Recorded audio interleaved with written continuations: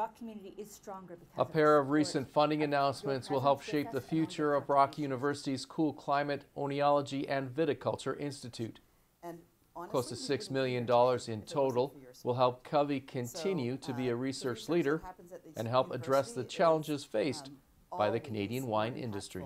Through this program, Brock University will receive a grant of $3.5 million to support. Oh, this announcement is going to be transformative for Brock, and it's going to provide a lot of opportunities for myself and a lot of my colleagues with respect to grapevine research, as well as overall sustainable agriculture. Through this funding program, the students are going to be significant beneficiaries, I would say, in terms of how much knowledge and training that they are going to get. Through various programs, I would say this would apply to co-op students, undergrad students, graduate students, as well as postdoctoral fellows.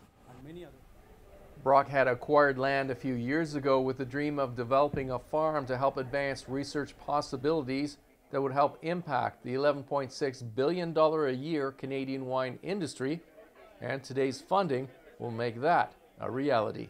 And so to be able to take that next step, I can understand the excitement that the researchers and scientists feel as this opens up a whole new area of research capabilities, again, to propel us into an area where we can continue to be leaders and take that next step in cold climate viticulture. Yeah, I think that's one of the takeaways this morning, that this wasn't just an announcement for Brock, but for the industry as a whole. Absolutely. This is huge. This is something the industry has been talking about. I know there have been previous announcements in the past, but this helps bring us one step forward to ensuring that Canada has a stock of clean vines so that we can use and continue to be world leaders. The Brock farm is now, through this funding, going to become this research hub. And it's going to include greenhouses, screen houses, as well as a research facility and a vineyard that will be used to help supply the industry with clean vines. So when I'm talking about clean vines, we're talking about vines that are free from major diseases and viruses that can have economic impact on production. Earlier in March, it was also announced that 3 research projects at CCOVI would be receiving $2.4 million in cash and in-kind funding through Agriculture and Agri-Food Canada, making this a month to remember on campus. We received funding as part of a grape and wine cluster. This is a national program that impacts all grape growing regions across the country.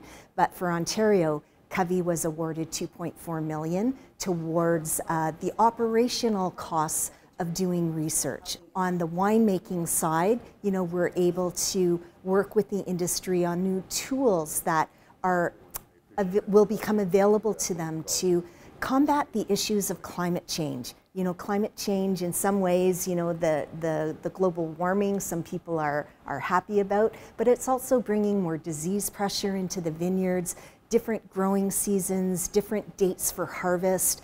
You know, so our industry is really looking to develop tools and techniques that allow us to produce consistent wines year in and year out that the consumer is looking for. In Niagara, you're watching The Source on your TV.